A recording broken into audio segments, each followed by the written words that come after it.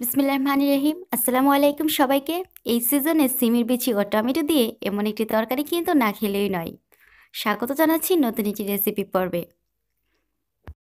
একটি মিক্সিং বলে নিয়ে নিয়েছি পর্যাপ্ত পরিমাণ পানি। এতে 250 গ্রামের মতো কাঁচা সিমের বিচি ভিজিয়ে নিচ্ছি। এখন খোসাগুলো ছাড়িয়ে নেব। যদি পূর্বের রাতে পানিতে এরকম করে ভিজিয়ে রাখতে পারেন, পরের দিন সকাল কিংবা দুপুরে খোসাগুলো ছাড়িয়ে নিতে আরও বেশি সহজ হবে। সাথে সাথে ভিজিয়ে খোসাগুলো ছাড়িয়ে নিলে কিছুটা সময় বেশি লাগে। সবগুলো খোসাই ছাড়িয়ে নিয়েছি। এখন খুব ভালোভাবে এগুলো ধুয়ে নেব। এখানে নিয়েছি আমি রুই মাছ। মাছ পূর্বেই খুব ভালোভাবে ধুয়ে নিয়েছিলাম। যে কোনো বড় মাছ দিয়ে এই তরকারিটা রান্না করতে পারেন। আর নিয়েছি এখানে 1 চা চামচ কাঁচা জিরা এবং 3 কোয়া রসুন। খুব ভালোভাবে এটা পেস্ট করে নিতে হবে। আর লাগছে টমেটো। আমি এখানে 3টি পাকা টমেটো নিয়েছি। টমেটো বেশি করে দিলে এই তরকারিটা খেতে খুব বেশি মজাদার হয়। টমেটোগুলো কেটে নিচ্ছি।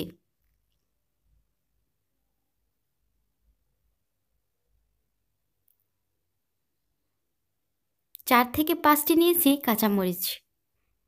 এখন এই সিমের বিচিগুলো সিদ্ধ করার জন্য প্যানে নিয়েছি। পর্যাপ্ত পরিমাণ পানি এতে দিয়ে দিয়েছি।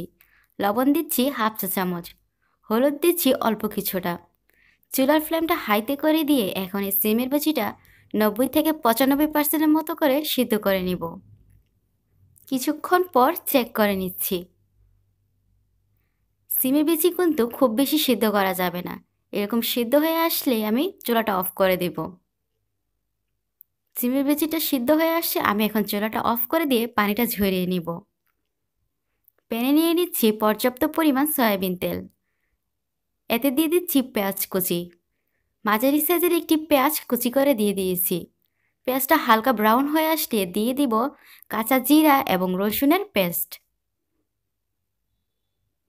নেড়েচেড়ে মিশিয়ে নিয়ে অল্প কিছুটা সময় ভেজে নেব।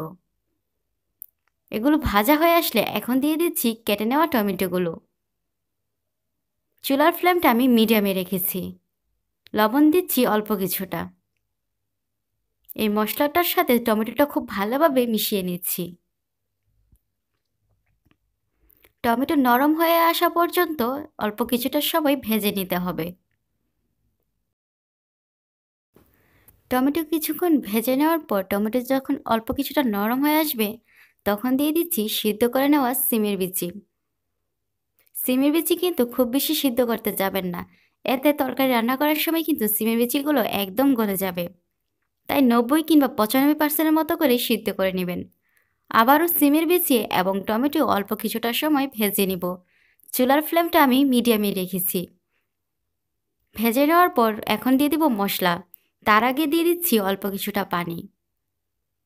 চা চামচে উঁচু উঁচু করে দিয়ে দিচ্ছি 1 চা চামচ ধনিয়া গুঁড়া। মরিচ গুঁড়া দিয়ে দিব 1/2 চা চামচ। টমেটো তরকারি রান্না করার সময় মরিচ গুঁড়ার পরিমাণটা কম করে দিবেন। হলুদ দিচ্ছি অল্প কিছুটা, 1/2 চা চামচ থেকেও কম। লবণ দিচ্ছি স্বাদ মতো। মরিচের গুঁড়া কম করে দিবেন এই জন্যে, মরিচের গুঁড়াটা যদি বেশি পড়ে যায় তাহলে টমেটো তরকারির যে স্বাদ সেটা কিন্তু অনেকটাই নষ্ট করে দিতে পারে। সবগুলো উপকরণ ভালোভাবে মিশিয়ে নেওয়ার পর এখন দিয়ে দিব পানি।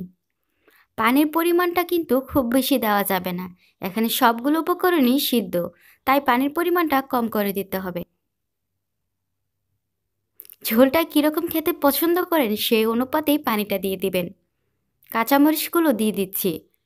এখন ভেজে নেওয়া মাছগুলো দিয়ে দিব। আমি মাছগুলো পূর্বেই আলাদাভাবে ভেজে নিয়েছিলাম। দিয়ে দিচ্ছি অল্প কিছুটা ধনেপাতা কুচি। চুলার ফ্লেমটা এখন মিডিয়াম হাই করে দিয়ে রান্না করতে হবে অল্প কিছুক্ষণ সময়। কিছুক্ষণ পর চেক করে নিচ্ছি। ঝোলটা কীরকম খেতে পছন্দ করেন সেই অনুযায়ী কিন্তু তরকারিতে ঝোলটা রেখে দিবেন। তরকারি ঠান্ডা হয়ে আসলে ঝোল কিন্তু অনেকটাই শুষে আসবে। তাই এরকম ঝোল থাকতে আমি চুলাটা অফ করে দেব। চুলা থেকে নামানোর আগে দিচ্ছি অল্প কিছুটা ধনেপাতা কুচি। এটা এক্সট্রা ফ্লেভারের জন্য। আশা করছি আজকের এই রেসিপিটি আপনাদের ভালো লেগেছে। আবার ইনশাল্লাহ দেখা হবে নতুন কোনো রেসিপি নিয়ে। আল্লাহ হাফেজ।